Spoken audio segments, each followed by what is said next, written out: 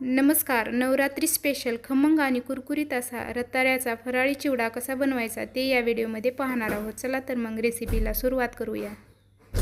तर इथे मी सर्वप्रथम 2 रताळे घेतलेले आहेत. हे रताळे स्वच्छ असे धुवून घ्यायचे आहेत आपल्याला. त्याचबरोबर त्याचे साल काढून घेणार आहोत. अशा पद्धतीने मी त्याचे साल काढून घेणार आहे. तर बघू शकता कटरच्या सहाय्याने त्याची साल काढून घ्यायचे आहेत. तर इथे मी दोन्ही रताळ्याचे साल काढून घेतलेले आहेत. आता हे काढून घेतलेले साल आता मी खिसणीच्या सहाय्याने त्याचा बारीक असा किस तयार करून घेणार आहे. तर अशा पद्धतीने ते मस्त असं खिसून घेणार आहे. तर तुम्ही बटाट्याचा फराळी चिवडा तर बनवलेलाच असेल, पण अशा पद्धतीचा रताळी चिवडा बनवून पहा, खूप छान आणि टेस्टी लागतो. तरी ते मी सर्व किस तयार करून घेतलेला आहे. आता हे 2 पाण्याने स्वच्छ धुवून घेतलेलं आहे आणि कपड्यामध्ये कोरडा करून घ्यायचा आहे. तर आता गॅसवरती कढई ठेवून मी तेल गरम करण्यासाठी ठेवलेलं आहे.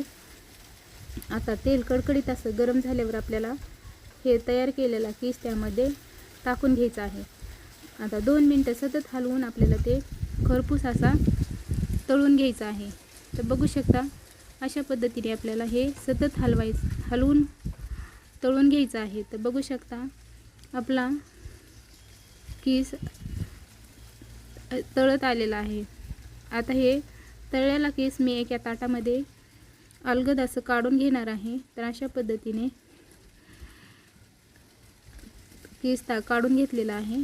तर आता त्याच तेलामध्ये मी तुमच्या आवडीनुसार तुम्ही ड्रायफ्रूट घालू शकता. तर इथे मी अर्धी वाटी शेंगदाणे घेतलेले आहेत. आता शेंगदाणे हे घरपूस असे भाजून घ्यायचे आहेत आपल्याला. त्याचबरोबर तुमचं आवडीनुसार तिखटाचं प्रमाण कमी जास्त करू शकता. तर इथे मी 3 मिरच्या घेतलेल्या आहेत आणि त्या पण अशा मस्त तळून घेतलेल्या आहेत. तर बघू शकता अशा पद्धतीने मी मिरच्या पण टाकून घेतलेल्या आहेत आणि तळून घेतलेले शेंगदाणे पण त्यामध्ये टाकलेले आहेत. त्यानंतर चवीनुसार मीठ टाकायचं आहे आणि हे आपल्याला मस्त एकत्र करून मिक्स करायचं आहे. तर अशा पद्धतीने आपल्याला हे सर्व मिक्स करून, तर बघू शकता किती छान आपला हे चिवडा दिसतोय आणि दिसतंय तसंच चवीला पण खूप छान लागतोय.